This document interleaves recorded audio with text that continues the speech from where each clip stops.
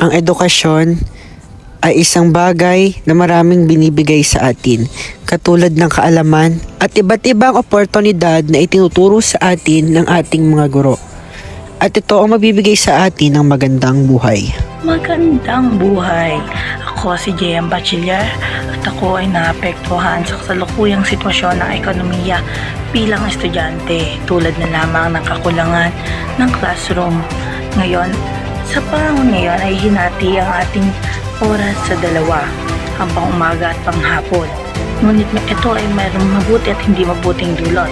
Tulad na lamang sa mabuting dulot, ito ay yung mas nakakapag-aral tayo ng maayos ngayon. Kumbaga, hindi tulad ng module or nung online classes tayo. At ang hindi mabuting dulot nito ay yung kailangan nating pagkasyahin yung oras natin sa kalahati na ibinigay sa atin sa isang araw.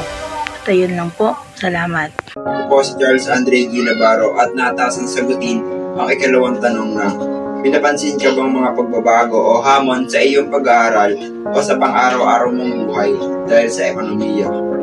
Opo, pinapansin akong pagbabago dito. Tulad ng pagtaas ng bilihin. Nakaka-apekto ito sa aking pag-aaral kapag may mga materyales o gamit na kinakailangang bilhin. Limitado lamang ang aking baon, kaya naman nahihirapan akong i-budget ito.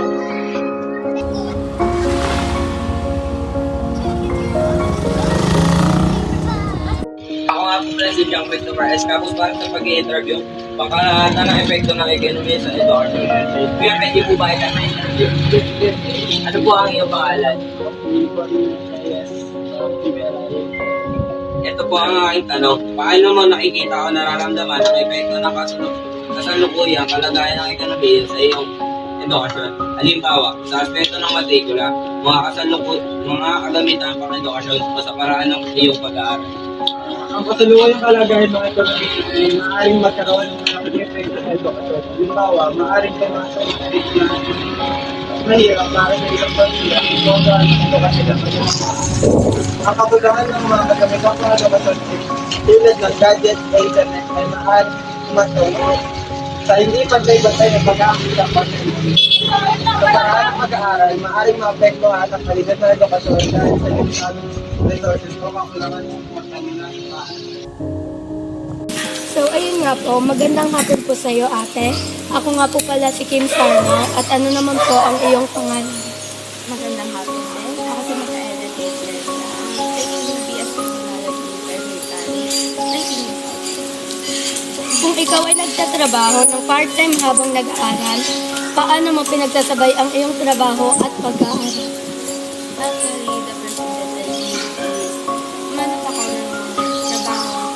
Flexible ang oras for the working students. Then, the second thing is naghanap ako ng university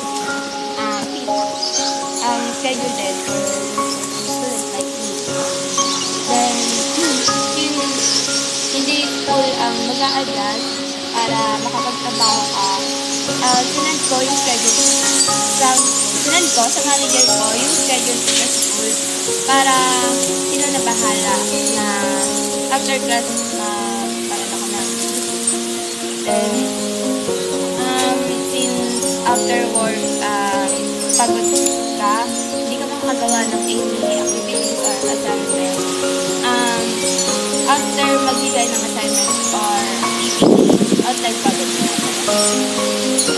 Ako naman po si Joy Cos at ngayon, dumako po tayo sa ikalawang tanong. Ano ang mga hamon na iyong kinakaharap sa pagbalanse ng oras at pinansyal na responsibilidad? Actually, marami. Since working student ako, ang nagiging routine ko everyday is pumasok sa school ng umaga hanggang tanghali. Then hapon hanggang gabi is trabaho. Then, pagod ako, not only physically but also emotionally. Then, dadating na sa point na, doon na papasok yung stress and depression because of the problem. Not also sa school, but also in work and family. Then, sa financially naman, hindi mawawala dun yung, kukulangin ka or may mga bigla ang bayarin sa school or sa bahay hanggang sa work. Then, since ang bayaran ang sahod ko is kinsenas katapusan, then sa kinsenas katapusan na yon pagsasamahin ko doon yung budget ko, allowance, and tuition. Then, sa sobrang dami nun, dadating na doon yung point na stress and depression. Then, mapupunta ka na talaga sa, mapapaisip ka na lang na kung ano yung kailangan mo i-give up sa dalawa para makapagpahinga ka. Sa iyong palagay, paano nakakatulong o nakakasagabal ang teknolohiya sa iyong edukasyon? Nakakaranas ka din ba ng mga issue tulad ng digital divide o mga pagbabago sa paraan ng pagtuturo na dala ng teknolohiya? So, para sa akin, nakakatulong talaga to sa atin ngayon. Like, mas napadali yung pag-aaral natin na isang search na lang sa internet, sa Google, lalabas na agad yung sagot natin. Unlike dati, na maghahanap ka pa ng libro, magpupunta ka pa library para lang hanapin yung word, yung meaning ng isang word, ganyan-ganyan. Pero, minsan, hindi rin to accurate sa mga hinahanap natin. Like, kailangan mo pang i-browse kung tama ba yung information na binigay ni internet, ni Google. Tapos, i-browse mo pa lahat ng binigay ni Google kung tama ba yan. Kasi meron minsan false information. Minsan mali yung binigay na information ni Google. Pero, kuha pa rin tayo ng kuha, get pa rin tayo ng get na information. Minsan, hindi na tama dun sa hinihingi ng teacher natin. So, sa ano naman, yung nakatulong din yung online class sa atin. Like, nung pandemic, na bawal tayo magkaroon ng face-to-face interaction, nagkaroon ng alternative, yung DepEd or yung CHED, na magkaroon ng online class para maipagpatuloy natin yung pag-aaral natin. Nakakaranas ka ba ng mga isyong tulad ng digital divide o mga pagbabago sa paraan ng pagtuturo na dala ng teknolohiya? Oo, kasi para sa akin mahirap nung nagbago ang pagtuturo sa modular at face-to-face. Kasi sa modular, ikaw lang ang iintindi at unawa sa mga lesson na yung pinag-aaral. Kaya sa face-to-face na kung saan dito ay naipapaliwanag ng guro at ipapaintindi sa'yo ang bawat lesson na kailangan. Anong pangalan mo? Kate Dimple T. Espiritu. Year at course mo? Second year, Civil Engineering. Ang karanasan o opinion tungkol sa availability ng scholarship at financial aid. Sa tingin mo ba ay sapat ito upang suportahan ang mga mag-aaral lalo na sa panahon ng krisis pang-ekonomiya? Para sa akin, hindi siya sapat kasi masyadong mahal yung tuition tsaka mahal na din yung mga gastusin sa paaralan. Nakapanayam natin ang iba't ibang klase ng mga mag-aaral o estudyante. Una na rito ay ang karaniwang estudyante na hindi nagtatrabaho o walang part-time job at hindi rin naman scholar. Ngunit siya ay nagpupursigi sa kanyang pag-aaral.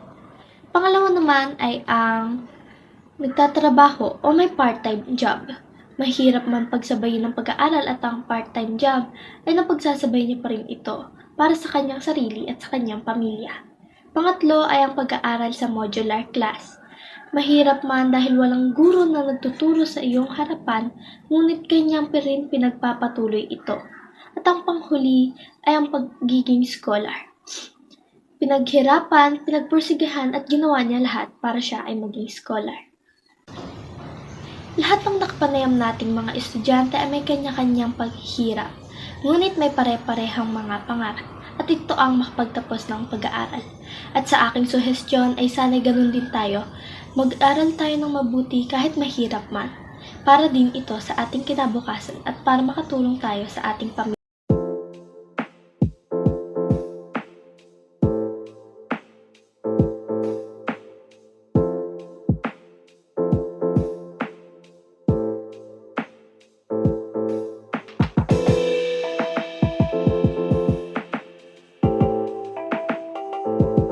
Sa pagtatapos ay nakilala natin ang iba't ibang estudyante na maraming kinahaharap sa buhay, mula sa pagiging scholar, working student at maging normal man na estudyante.